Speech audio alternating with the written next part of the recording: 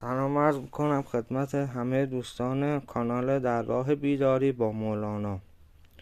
دوستان امروز دو بیت براتون آوردم که اونها رو تفسیرشون کنیم. مولانا میگه که بخواهی دل چه میخواهی، عطا نقد است و شه حاضر، که آن مه رو نفرماید که رو تا سال آینده.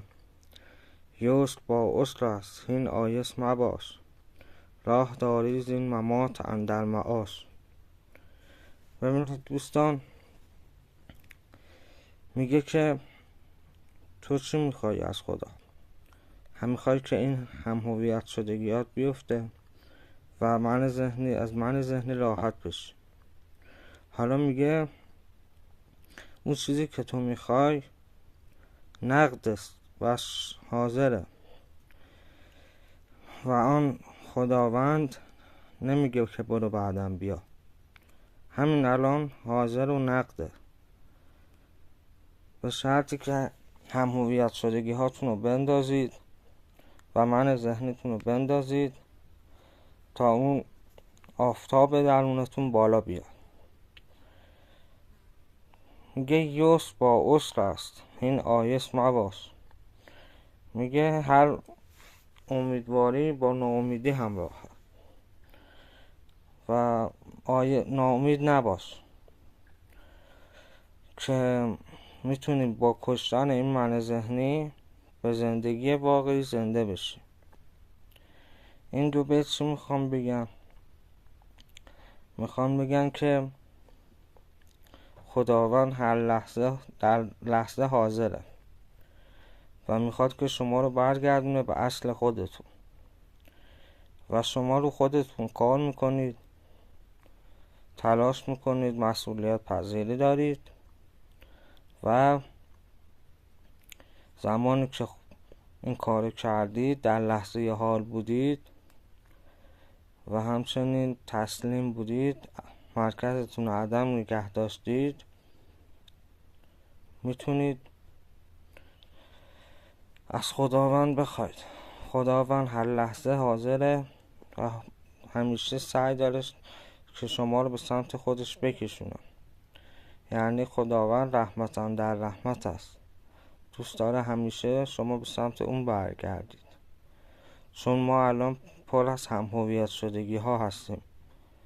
این هم هویت شدگی های ما نمیذارن که ما به اصلمون برگردیم و خدا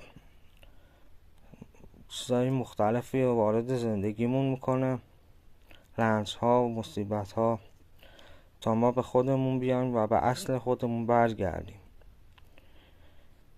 و هیچ وقتم میگه نباید ناامید باشید. ناامیدی خیلی بده. میگه که مولانا شما هر چی بخواید از خداوند همون لحظه بهتون میده، ولی خیلی از دعاهای ما پس جواب داده نمیشه. این به این دلیله که او الان به صلاحمون نبوده و شاید بهتر از اون خدا میخواد به همون بده. پس ما باید شکر کنیم که خدا خیلی از دعاهای ما رو نمیشنوه، بعداً میفهمیم.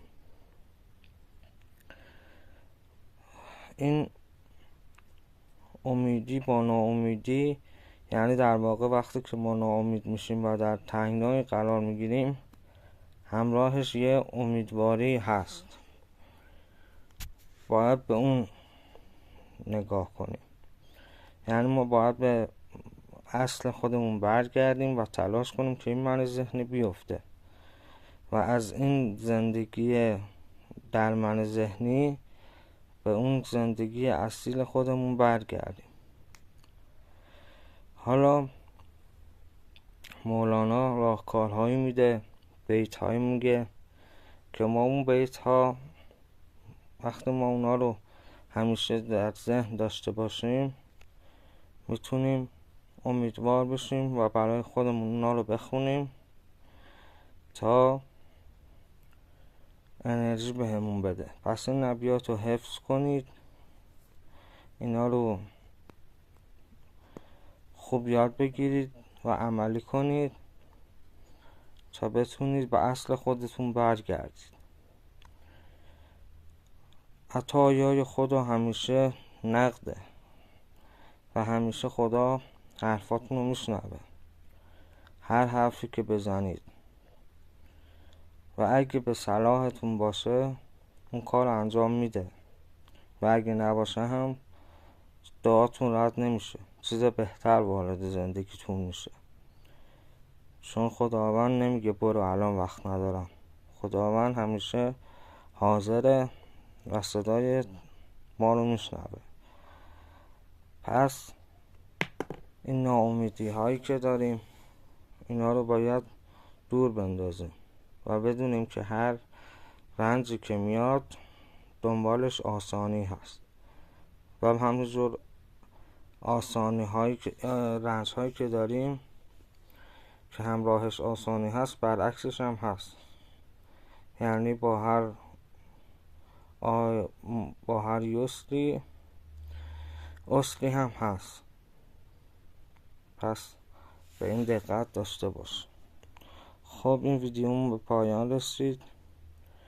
اگه دوست داشتید میتونید این ویدیو رو لایک کنید، تیک زنگوله رو بزنید تا ویدیوهای بعدی ما رو ببینید و همچنین اگه دوست داشتید برام کامنت بذارید